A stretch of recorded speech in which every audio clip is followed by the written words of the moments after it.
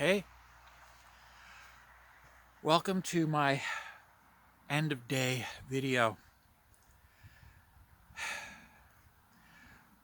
Biological evolution has been observed by many people. This is not one person taking a guess. This is thousands of people from thousands of different religious backgrounds, many of them devout practicing Christians who have observed evolution taking place.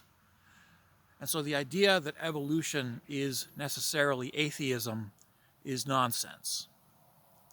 Let's divest ourselves of that idea completely, because evolution is not atheism. The two are completely separate things.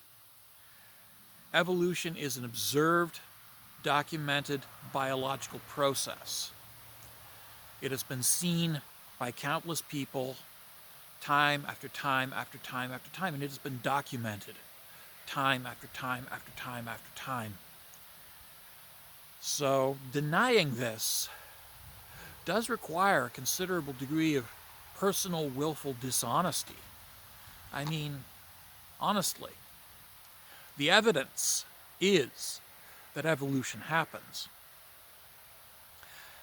And this is not atheism, this is simple biology. And there is room to shoehorn your God into evolution. All you have to do is say, yes, but my God was the driving force behind it. All you have to do is say, yes, but my God was nudging the process along the way.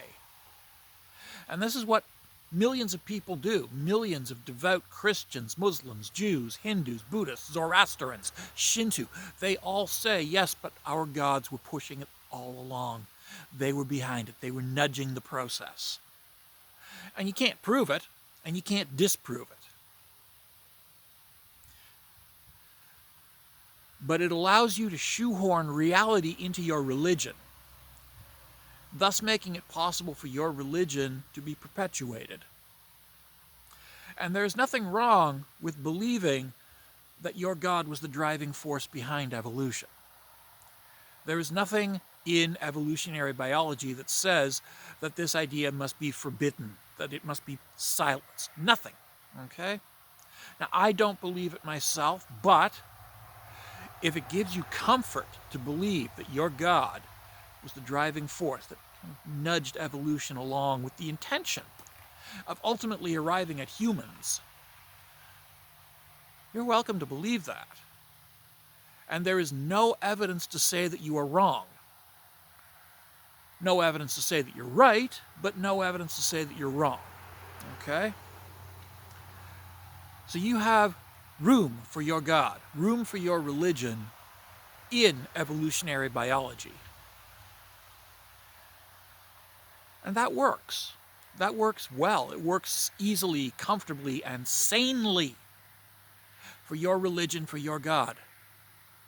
The problem is when you have young earth creationism and its doctrinal, ideological requirement that religious scripture be taken literally, that you have a problem, because suddenly you are no longer fitting your God into reality. You are trying to fit reality into a particularly unrealistic interpretation of your religion. Nobody wants to abolish your religion. Nobody is planning to abolish your religion. Nothing in science requires the abolition of religion.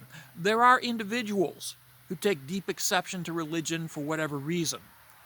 Personally, I don't.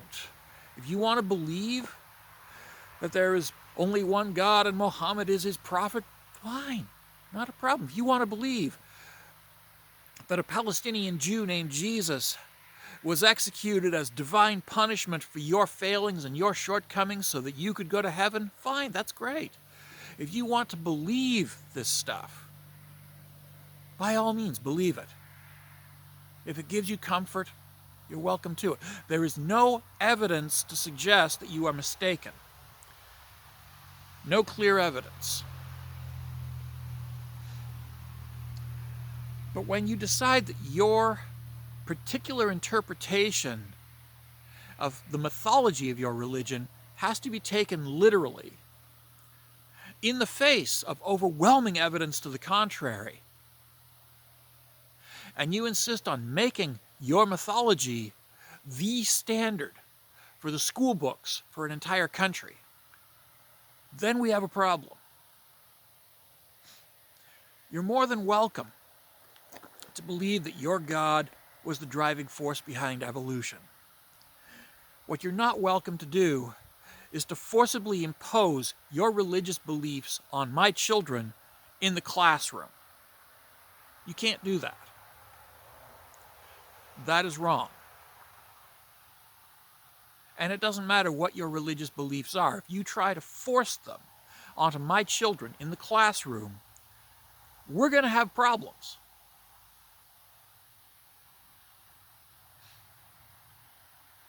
Your religion gives you comfort,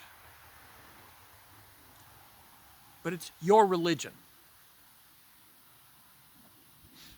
Trying to make it my religion or the religion of my children is not acceptable. It's just not. It's okay to have a religion. A religion is like a penis. You can have one, you can love it, you can enjoy it, it can make you happy. But the minute you start waving it in my face, or the minute you start waving it in my kid's face, all bets are off. Okay? All bets are off.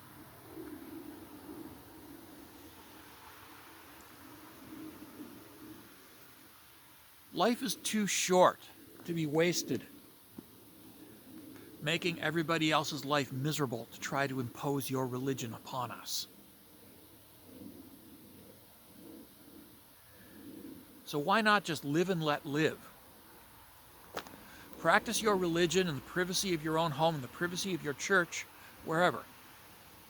But don't try to force your religion onto me or onto my children. And it doesn't matter what your religion is. If you try to force it on me and my children, we're going to have a problem. Now, there are plenty of people out there who are good and decent people who are Christians, good and decent people who are Muslims, good and decent people who are Jews, good and decent people who are Hindus, Buddhists, Zoroastrians, pagans, Wiccans, whatever. They're good people.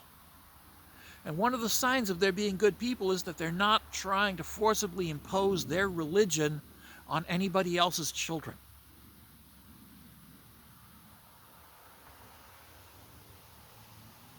Thank you. Have a nice day.